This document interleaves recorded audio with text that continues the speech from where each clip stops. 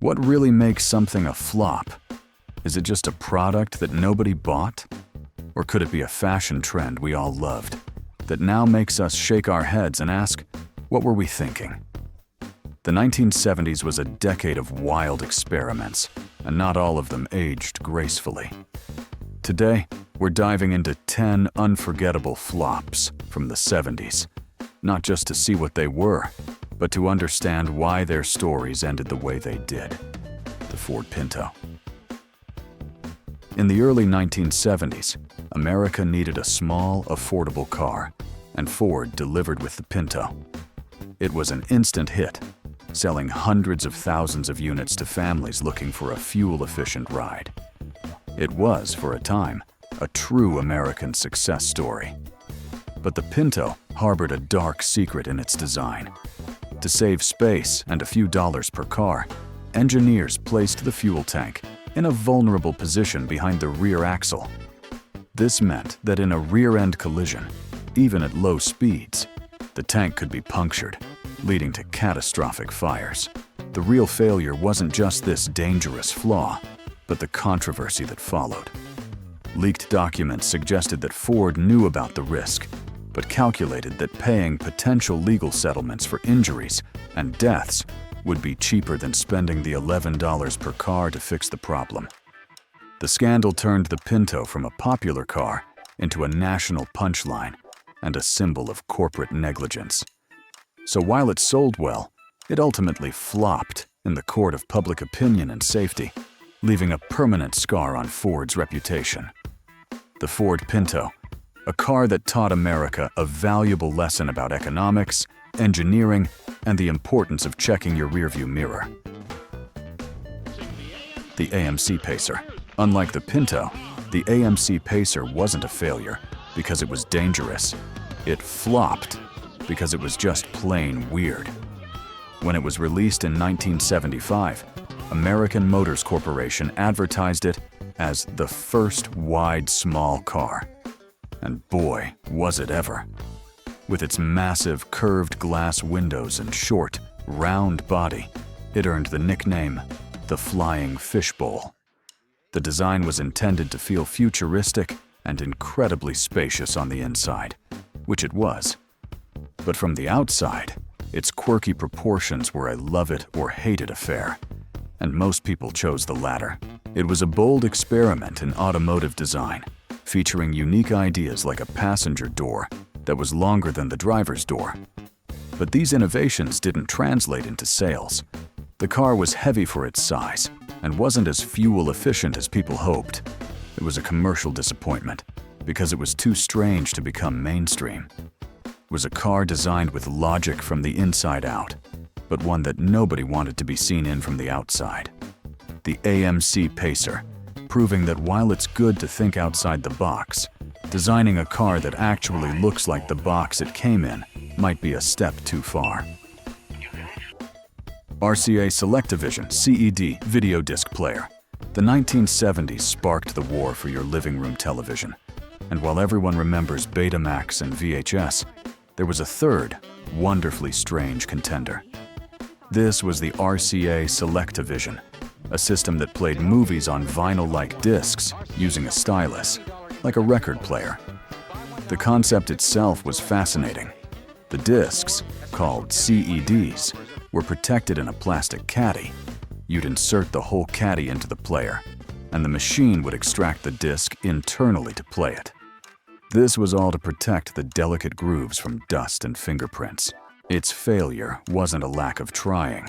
It was a failure of technology at the wrong time. It was a complex, mechanical, analog solution that was obsolete the moment it was released in 1981, after years in development. The video quality degraded with each play as the stylus wore down the grooves, and you couldn't record television shows on it. Meanwhile, VCRs offered the magic of recording, and they were more durable.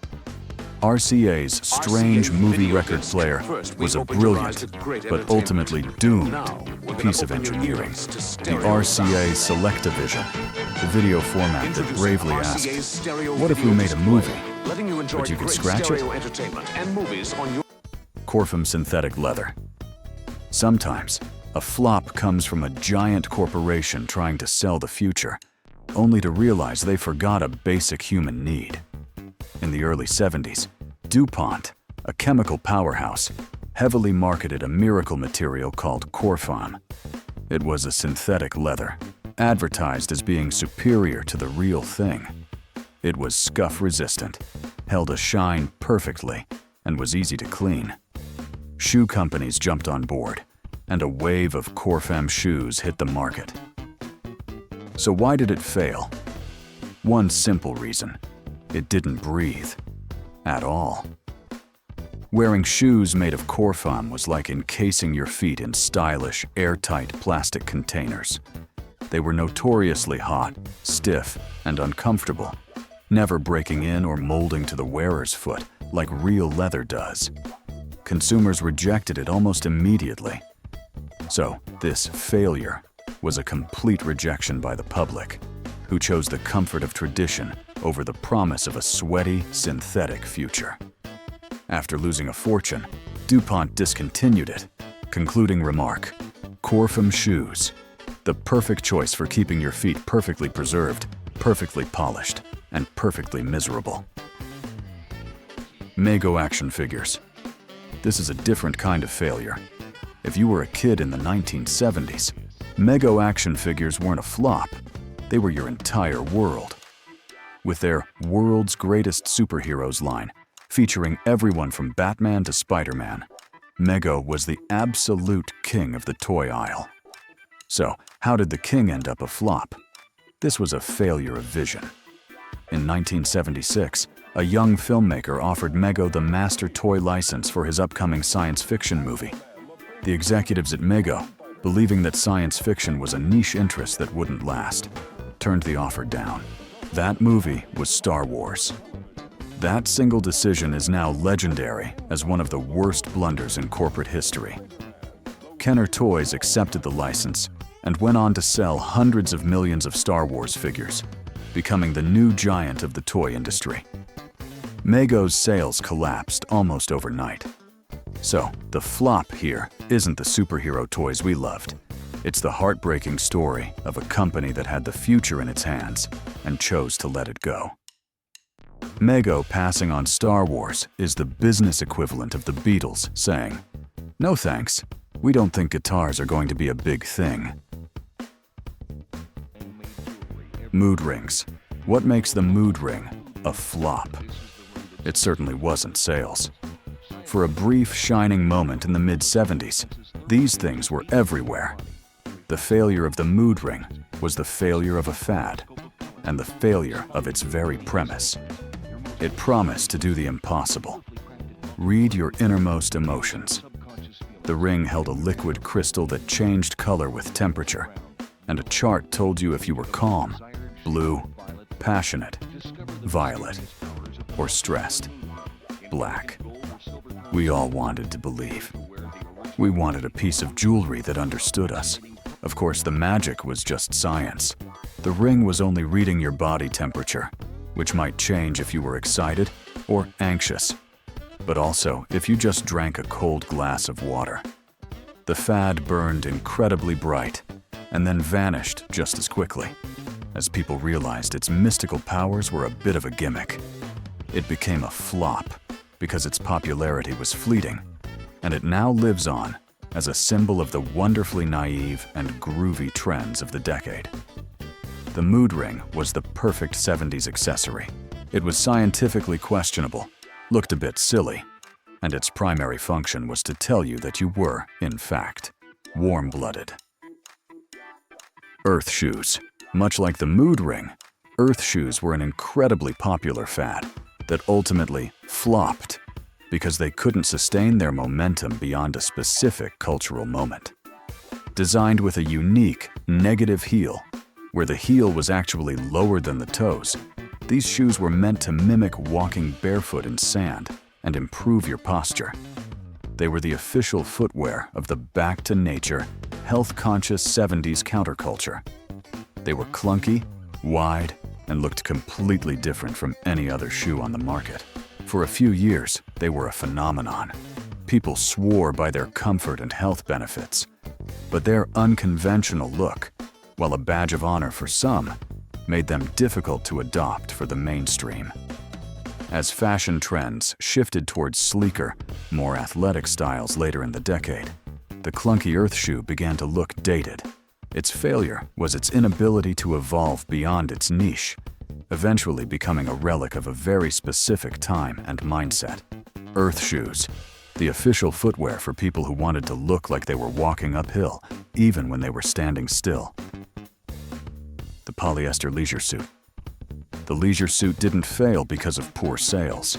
It failed spectacularly in the court of good taste. For a few years in the mid-70s, this was the go-to outfit for the modern man. Made from 100% synthetic, unbreathable polyester, often in shades of mint green or baby blue, the leisure suit was a symbol of laid-back sophistication. It was machine washable and never needed ironing.